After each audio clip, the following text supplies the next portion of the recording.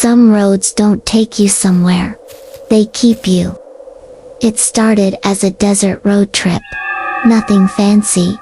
Just a group of 3 friends, Alex, Donnie, and Micah, documenting weird, unexplored places across the Southwest for their rising travel vlog. They called it Ghost Tracks, a low-budget YouTube channel built on desert myths, haunted rest stops, and long-abandoned ghost towns. But this time, they wanted something different. They wanted the real thing. That's when they found a thread on an obscure internet forum about a road called the Shuttermila stretch of Route 191 near the Navajo Nation that locals warned people never to drive at night. Not because of animals, not because of crime, but because, as the post put it, you don't just get lost there, you get undone. It was the kind of clickbait line that begged to be filmed. A broken road, with no signal, no lights, and no map placement. That was exactly what Alex wanted. For the intro of their season finale, Mika rolled his eyes, but agreed. Donnie, the skeptic, said she'd drive because she didn't trust Alex behind the wheel, not with ghost stories clouding his judgment. Before we continue, take a moment to subscribe to Fears 4, true horror stories, terrifying legends, and disturbing mysteries that others are too afraid to share. They arrived at dusk. The road was barely visible, a faded turnoff with no signs, leading into a dust-covered desert, framed by towering sandstone cliffs. Old tire marks were visible. For a while, then they simply vanished. There were no power lines, no fences, just a silence that felt too perfect. They started rolling camera. Shuttermila season finale, Alex said dramatically, zooming into the lifeless road. They say if you drive it at the wrong hour, the road bends time. People lose chunks of their life, or worse, meet copies of themselves that never left. Donnie scoffed, but kept driving. Micah aimed the drone overhead. Signal's already dead, he muttered, watching the screen freeze. 5 minutes in, the air changed. It got colder, suddenly.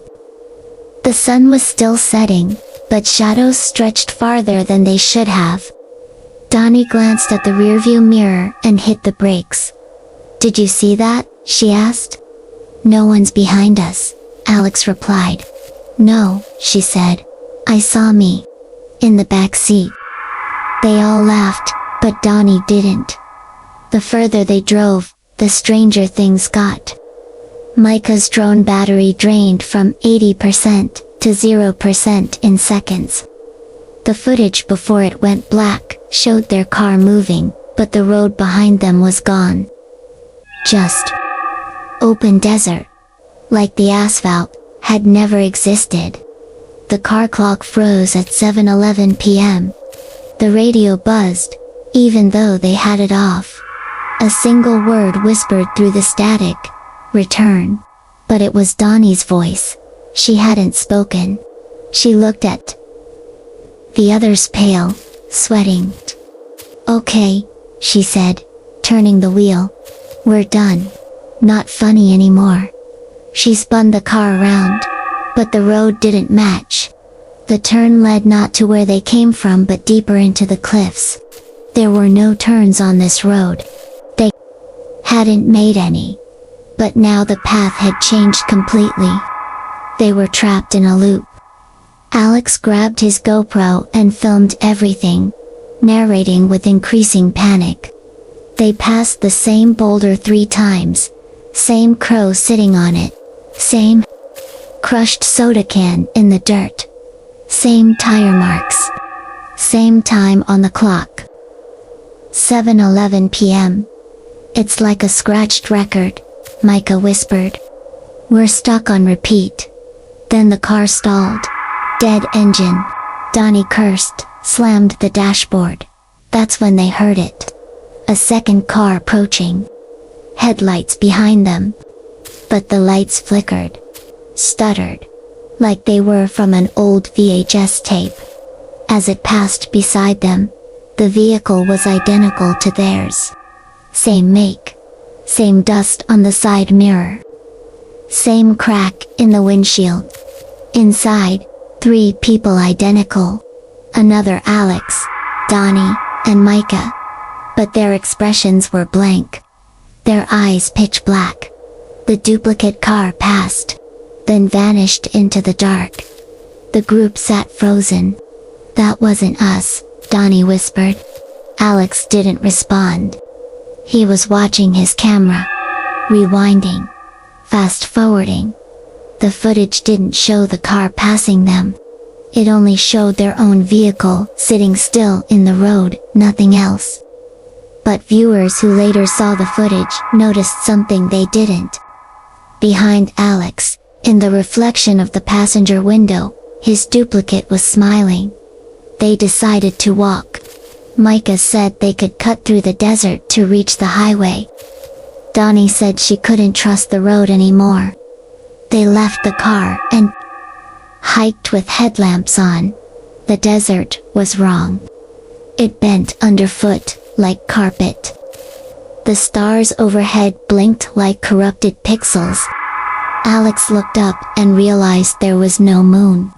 But earlier when they arrived there had been a full moon. That's when they heard the voices. Their own voices. Calling out ahead of them. Desperate. Begging? Warning? "Don't go that way," one shouted in Donnie's voice. "They copy you if you go too far," said Alex's own voice from the bushes. "Micah doesn't come back," whispered one more. That was enough. They sprinted back to the car. When they reached it, the windows were fogged from the inside. And in the back seat, their gear was already packed up, like someone else had returned without them. Donnie jumped in and turned the ignition. It roared back to life. They drove, no talking, just fear. Eventually the road spit them back out onto Route 191. The time was now 10:27 p.m., but their car clock still read 7:11. Their phones worked again. A call came in from Micah's own number. He answered. Nothing but breathing. And then, "You left me." They got home, released the video, labeled it fake, said it was all performance, but Alex left the channel. Donnie moved out of state. Micah went silent online. No more content. But viewers of that final episode still message them. They say that when the video plays past 7 minutes and 11 seconds, the screen flickers, and your webcam turns on. And if you pause the video just right at the moment their car passes the identical one on the road, your own reflection isn't yours anymore. Jeremy Wallace wasn't the kind of guy who scared easily. He'd been working as a field technician for Northern Echo Communications in Alaska for almost 9 years. And if you asked him, the only scary thing out there was a busted generator during a blizzard. So when he got a job ticket to check on a remote cabin north of Juneau, he didn't think twice. No contact name, no callback number, just a cryptic note in the system. All devices dead. Signal never returns. Cabin silent. Sounded like a hardware failure, nothing new. He loaded up his snow vehicle and started the 2-hour trek up a half-frozen logging road, passing thick woods and abandoned ranger stations until even the GPS lost signal. His phone dropped service an hour in, and by the time he reached the trailhead, his dashboard compass was spinning in place. The cabin, when it finally appeared, looked like something straight out of a ghost story, half buried in snow, chimney, leaning windows blacked out. Still, the company data showed the account had pinged the system recently. Something inside was trying to connect. Jeremy knocked, no answer. He pushed the door open. The place was cold but dry, oddly preserved. Like someone had just stepped out but hadn't come back. There was barely anything inside, just a couch, a table, a few empty frames on the wall, and in the corner, an old CRT television that was on, blaring white static. No antenna, no wires. He checked, wasn't plugged into anything. He unplugged the surge strip anyway. Static kept going. Weird, but whatever. Probably a capacitor holding a charge. He sat down, ran a diagnostic on the wall port, but got no response. Then his laptop froze. Not crashed, frozen, like the pixels were locked in place. When it finally blinked back to life, a message flashed. Source unknown. Signal loop. That night, the storm hit hard. Whiteout. No way back down. He rolled out his sleeping bag in the living room, turned on the lantern, and tried to ignore the TV still humming in the corner. Around midnight, he woke up to a sound, like whispering. He sat up. It wasn't voices, it was the static. And it was louder now, hissing like it was coming from inside the walls, not the TV.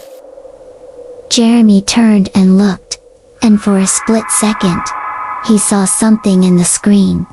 A shape, humanoid, tall, just standing there in the snow of the static. He blinked, and it was gone. The next day, he checked the signal again. Now, it was pulsing every 10 seconds, like a heartbeat. The source, the wall behind the television.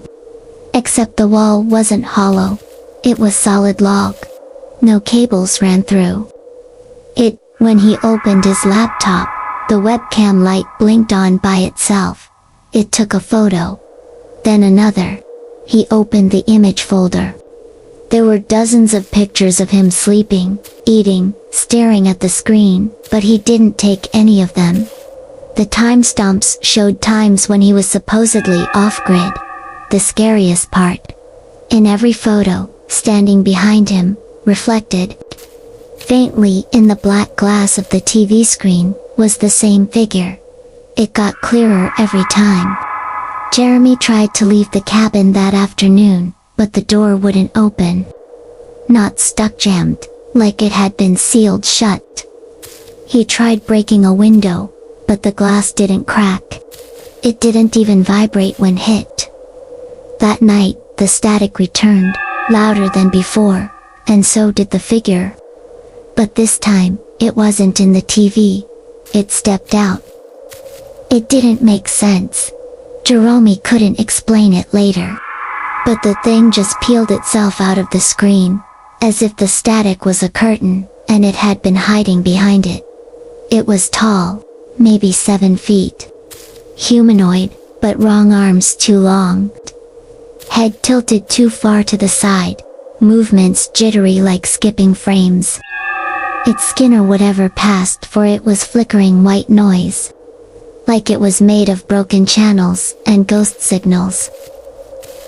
It didn't walk toward him. It tuned toward him one flick at a time. He ran, locked himself in the bathroom. The mirror was vibrating. Static flickered across his reflection. The thing was inside the wall. Now he could hear it crackling with every step, moving through the wires, crawling in the dark. Then came the noise. Emergency broadcast tones, all mashed together, long, high-pitched, garbled voices, speaking backwards, digital screaming. His ears bled. His nose bled. He passed out. When he woke up, the cabin was quiet again. The TV was off. No figure. Just silence. But when he looked out the window, he saw only static. Not snow. Static rolling. Endless. Thick, like fog. His compass spun wildly. His watch stopped. His devices all fried. His last move before total blackout was activating his emergency beacon. A rescue team arrived 3 weeks later. Cabin was empty. Equipment fried. No Jeremy, but the company servers. Received one last upload from his body cam, time-stamped during the blackout. The footage showed him Moore, someone who looked like him wandering the cabin, muttering to himself, eyes wide, repeating, "It's not me, it's not me, it's not me." Then he turned to the camera and smiled unnaturally wide, and said, "If you're watching this, it isn't me." Then, a burst of static. Last thing, the company received a signal ping from a location over 200 miles away. There are no towers, no service, not even roads. The packet contained one file. A photo of Jeremy. He was standing outside the cabin, waving. But behind him, in the cabin window, was a tall, faceless figure, made of static. Pressing its hands against the glass, staring straight into the lens. And now, 5 other techs have gone missing. Every one of them was sent to check that same area. Every one of them opened a job ticket with the same phrase. Cabin silent. Signal never returns. In some places, you don't find the diner. The diner finds you. It was just supposed to be a detour, harmless, late-night turn off the highway in search of food. 17-year-old Carter and his dad, Joel, were headed through rural Georgia, on their way to a family funeral in North Carolina. They were behind schedule, tired, and starving. GPS glitched out somewhere past the 515 bypass. And all that came up was a small pin labeled The Pines Diner. Open always. It wasn't on any map, and Joel had lived in Georgia his whole life without ever hearing of it. But when they turned the corner and saw that glowing neon sign in the mist, hot food, always welcome, pay in full, they figured, why not? Before we go further into what really happened that night, take a second to subscribe to Fears for Terrifying True Stories. Real life horror, and the things that lurk just off the road you thought you knew. The place was old but charming. Red booths, black and white floor tiles, a counter with a real jukebox, and a waitress who looked like she hadn't aged a day since the 1960s. The diner was warm inside, too warm. In fact, almost like the heat wasn't from the kitchen, but from something else. Carter noticed something right away. Every customer in the diner sat alone. No couples. No families. And they all stared down at their food in total silence, eating slowly, mechanically. Not a single phone, not a whisper. Just forks scraping ceramic and the occasional soft hiss of the grill. A tall man with no name tag poured them coffee without asking. Joel thanked him. The man didn't respond. Instead, he nodded toward the back corner, where a red bell hung from a rope, mounted to the wall. "Dinner bell rings every hour," he said. "Don't answer it." Then he walked away. Joel raised a brow and joked, "Haunted bell. What is this? A theme place?" Carter didn't laugh. Neither did anyone else. They ordered the special. Fried catfish, mashed potatoes, cornbread. The food came fast. Piping hot. Too fast. Carter looked down at his plate and whispered, "I haven't even seen a kitchen door open." Joel dug in. "Best damn catfish I've had in years," he mumbled. Carter didn't touch his. Then the bell rang. It was subtle, almost polite. A single ding. Everyone in the diner stopped eating. One man stood up, slowly, picked up his coat, left a crisp 20 on the table, and walked toward the hallway behind. The bell. A door opened by itself. Carter swore he didn't see a doorknob move, and the man walked through it. The door shut. Silence again. Carter leaned over to his dad and whispered, "What was that?" Joel just shrugged. "Probably the bathroom." Carter turned to the waitress. "Hey, what's through that door?" She smiled with a kindness that didn't reach her eyes. "Nothing you need to worry about. Eat while it's warm." The second hour came. Another ding. Another man left. Then a woman. Then another. Always alone. Always without looking back. By the third bell, Joel had finished his food. Carter hadn't touched his. He wanted to leave, but every time he looked toward the entrance, it felt farther away, like the room had grown. Tables shifted position. A clock above the counter read 8 p.m., then blinked to 7:59, then forward again to 8 o'clock. "Dad," Carter whispered, "I don't think this place is right." Joel chuckled. "You watch too many horror movies." But Carter noticed something.